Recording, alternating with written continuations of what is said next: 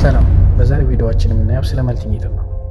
መልቲሜትር በኤሌክትሪክ ሰርኪዩት ውስጥ የሚጠበቀው የቮልቴጅ እና የከረንት መጠን በትክክለኛው የሰርኪዩት ቦታቸው ላይ መኖራቸውን ለማረጋገጥ፣ በኮምፖነንቶች መካከል ያለው የሬዚስታንስ ሁኔታን ለማረጋገጥ እንዲሁም ብልሽቶችን ለመፈለግ በብዛት ጥቅም ላይ የሚውል መሳሪያ ነው። ስለዚህ መልቲሜትር በኤሌክትሪክ ሰርኪዩት ውስጥ ቮልቴጅን፣ ከረንትን፣ ሬዚስታንስን ለመለካት እንዲሁም በሁለት ኮምፖነንቶች መካከል ወይም በሁለት ነጥቦች መካከል ያለውን ኮንቲኒቲ ለመለካት የምንጠቀምበት የሞባይል ጥገና ማቴሪያል መልቲሜትር እንለዋለን ማለት ነው።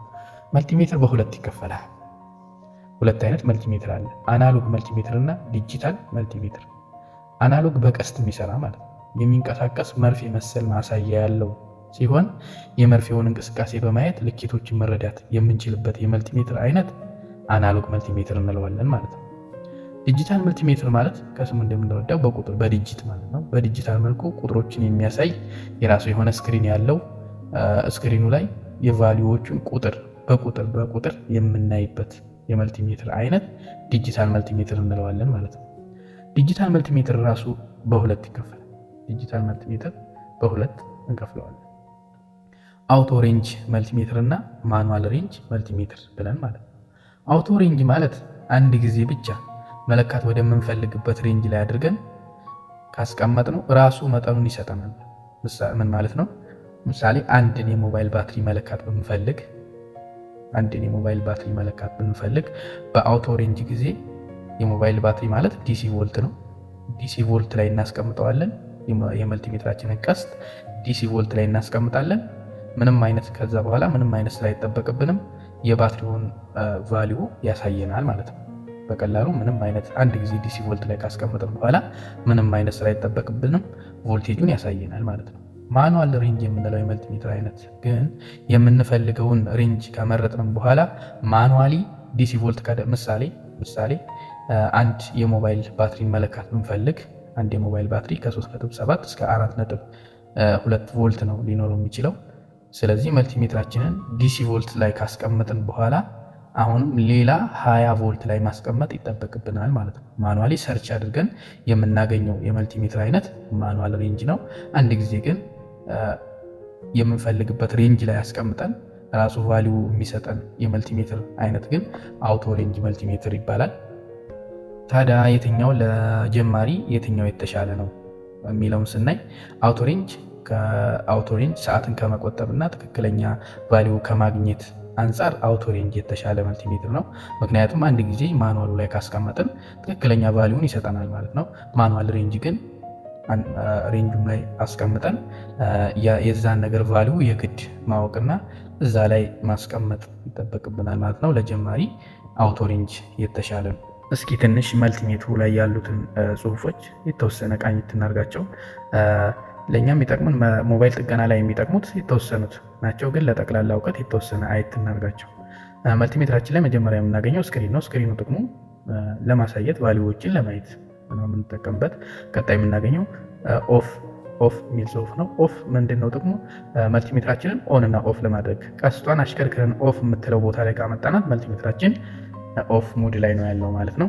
ቀጣይ የምናገኘው ዲሲ ቮልቴጅ ነው። የዲሲ ቮልቴጅ ምልክት በማንኛውም መልቲሜትር ላይ የዲሲ ቮልቴጅ ምልክት ቪ የምትል ፊደል እና ከጎኑ አንድ መስመር፣ ከመስመሩ ስር ደግሞ 3 ነጠብጣብ። ይህ ምልክት የዲሲ ቮልቴጅ ምልክት ነው። ከ200 ሚሊ ቮልት እስከ 1000 ቮልት ድረስ ያለውን ሬንጅ ያጠቃልላል ማለት ነው። ቀጣይ የምናገኘው ደግሞ የቪ ምልክት ከአናቷ ላይ ዝግዛግ ምልክት ያላት ይቺ ኤሲ ቮልቴጅ ናት። አንዳንድ መልቲሜትሮች ላይ ዲሲ ቮልቴጅ ከተገለጸ ኤሲ ቮልቴጅ ግን ከላይዋ ላይ ያለችው ዝግዛግ ላይኖር ይችላል። አንዳንድ መልቲሜትሮች ላይ ቪ ኑሮ ከበላይዋ ዝግዛግ ሊኖር ይችላል።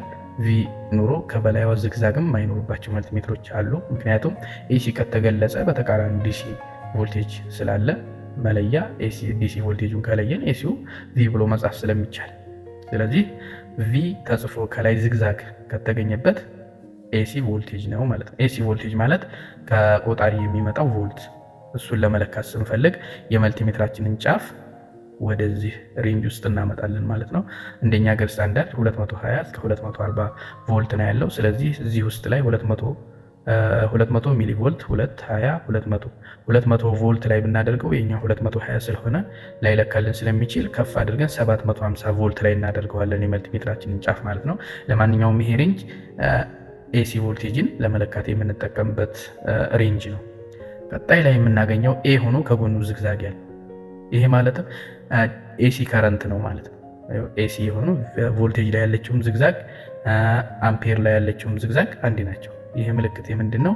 የኤሲ ምልክት ነው ማለት ነው። ስለዚህ እዚህ ላይ የምናገኘው ኤ ሆኖ ከጎኑ ዝግዛግ ያለበት ኤሲ ከረንት ከ20 አምፔር እስከ 20 ሚሊ አምፔር ድረስ ያለው ሬንጅ ኤሲ ከረንትን መለካት ስንፈልግ የመልቲሜትራችንን ቀስት ወደዚህ ማዞር ይጠበቅብናል ማለት ነው። ቀጣይ ላይ የምናገኘው ኤ ሆኖ ከጎኑ አንድ መስመር ከዛ ከመስመሩ ስር 3 ነጠብጣብ ያለበት ይሄ ዲሲ ከረንትን መለካት ስንፈልግ ከ2 ሚሊ አምፔር እስከ 20 አምፔር ድረስ ያለውን ሬንጅ ይይዛል ማለት ነው። ቀጣይ ላይ የምናገኘው ኤፍ ነው። ኤፍ ማለት ፋራድ ደግሞ የካፓሲታንስ መለኪያ ነው። ካፓሲተሮችን መለካት ስንፈልግ የመልቲሜትራችንን ቀስት ወደዚህ ሬንጅ ውስጥ እናመጣለን ማለት ነው። ከ20 ናኖ ፋራድ እስከ 200 ማይክሮ ፋራድ ድረስ ያለውን ሬንጅ ይይዛል ማለት ነው። ቀጣይ የምናገኘው የዳዮድ ቫልዩ እና ኮንቲኒቲን ለመለካት የምንጠቀምበት ሬንጅ ነው። እሱም ምልክቱ የሳውንድ ምልክት ያለበት ኮንቲኒቲ እንዲሁም ቀስት ኑሮት ጫፋ ላይ ፕላስ ያለችበት ደግሞ የዳዮድ ቫልዩን ለመለካት እዚህ ሬንጅ ላይ አምጥተን እንጠቀማለን ማለት ነው። ቀጣይ የምናገኘው ኦሆም ነው። ኦሆም ጥቅሙ ምንድነው? የሬዚስታንስ መለኪያ ነው። ሬዚስተሮችን መለካት ስንፈልግ የመልቲሜትራችንን ጫፍ ቀስቷን ወደዚህ ሬንጅ ውስጥ ማምጣት አለብን። ማለትም ከ200 ኦሆም እስከ 200 ሜጋ ኦሆም ድረስ ያለውን ሬንጅ ይዛል ማለት ነው። በጥቅሉ ይህንን ይመስላል መልቲሜትራችን ላይ ያሉ ጽሁፎች። ፕሮቡን ገመዱን የምንሰካው ሲኦኤም ኮመን ማለት ነው ወይም ግራውንድ። እዚህ ላይ ጥቁሩን ገመድ እንሰካለን። ቮልቴጅ፣ የቮልቴጅ ምልክት፣ የዳዮድ ምልክት፣ የኮንቲኒቲ ምልክት፣ የኦሆም ምልክት ያለበት ቦታ ላይ ደግሞ ቀዩን የመልቲሜትር ገመድ እንጠቀማለን ማለት ነው። ይህን ያህል ካየን ለሞባይል ጥገና የትኞቹን ሬንጆች ነው የምንጠቀመው ነው። ለሞባይል ጥገና አብዛኛውን ጊዜ 90% አካባቢ የምንጠቀማቸው ዲሲ ቮልቴጅ ማለት ቪ ሆኖ ከጎኑ መስመር ኑሮት ከመስመሩ ስር 3 ነጠብጣብ ያለው ኮንቲኒቲን፣ ዳዮድን እና ሬዚስታንስ ኦሆምን ማለት ነው። እነዚህ ላይ ብቻ የሞባይል ጥገና ያጠነጥናል። ምክንያቱም አንድ የሞባይል ኮምፖነንት ወይ ቮልቴጅ አይደርሰውም፣ ያን ቼክ ለማድረግ የማይሰራ ስልክ ቢመጣ ወይ ቮልቴጅ ተቋርጦ ነው ወይ መስመር ተቋርጦ ነው። በቃ እነዚህን ለመለካት የምንጠቀምበት ዲሲ ቮልቴጅ አንድ አለ። ዳዮድ ቫልዩ መስመሩ መቋረጡን ሾርት መሆኑን እንዲሁም ሊንኬጅ መኖሩን የምናረጋግጥበት እንትን አለ። ዳዮድ ቫልዩን ቼክ ማድረግ እንችላለን፣ ኮንቲኒቲውን ቼክ ማድረግ እንችላለን። እንዲሁም ሬዚስተሮችን መለካት ስንፈልግ ደግሞ ኦሆምን እንጠቀማለን ማለት ነው። አለካኩም የሆነው ቮልቴጅን ስንለካ መልቲሜትራችንን ማኑዋል ሬንጅ ከሆነ የምንጠቀመው ዲሲ ቮልት ላይ አምጥተን 20 ላይ እናስቀምጥና የመልቲሜትራችንን ጥቁሩን ገመድ ማንኛውም የሞባይሉ ክፍል ቆርቆሮ ላይ ወይም ግራውንድ የምንለው ላይ ካስቀመጥን በኋላ ቀዩን የመልቲሜትራችንን ገመድ ደግሞ መለካት የምንፈልግበት ቦታ ላይ እናስቀምጥና ውጤቱን ስክሪን ላይ እናያለን ማለት ነው። በዚህ መልኩ ቮልቴጅን መለካት እንችላለን። ዳዮድ ቫልዩን መለካት ስንፈልግ ደግሞ በተቃራኒ የቮልቴጅን ተቃራኒ የመልቲሜትራችንን ቀስት ዳዮድ ምልክቷ ላይ እንወስዳለን። የመልቲሜትራችንን ቀዩን ገመድ የቦርዱ ወይም የሞባይሉ ቦርድ ማንኛውም ግራውንድ ላይ ወይም ቆርቆሮ ላይ እናስቀምጣለን። ቢቴኬር ቀዩን ገመድ ግራውንድ ላይ ነው ያልኩት። ቀዩን ገመድ ግራውንድ ላይ አድርገን መለካት የምንፈልገውን ዳዮድ ቫልዩ በጥቁሩ የመልቲሜትራችን ጫፍ እየለካን ውጤቱን መልቲሜትራችን ስክሪን ላይ ማየት እንችላለን ማለት ነው። ሁለቱ ተቃራኒ ናቸው። ቮልቴጁ ጥቁሩን ግራውንድ ላይ አድርገን በቀዩ ነው የምንለካው። ዳዮድ ቫልዩ ደግሞ ቀዩን ግራውንድ ላይ አድርገን በጥቁሩ ነው የምንለካው ማለት ነው። ኮንቲኒቲ ደግሞ ኮንቲኒቲ ደግሞ በፈለግነው ማድረግ እንችላለን። ኮንቲኒቲ ጥቅሙ ምንድን ነው?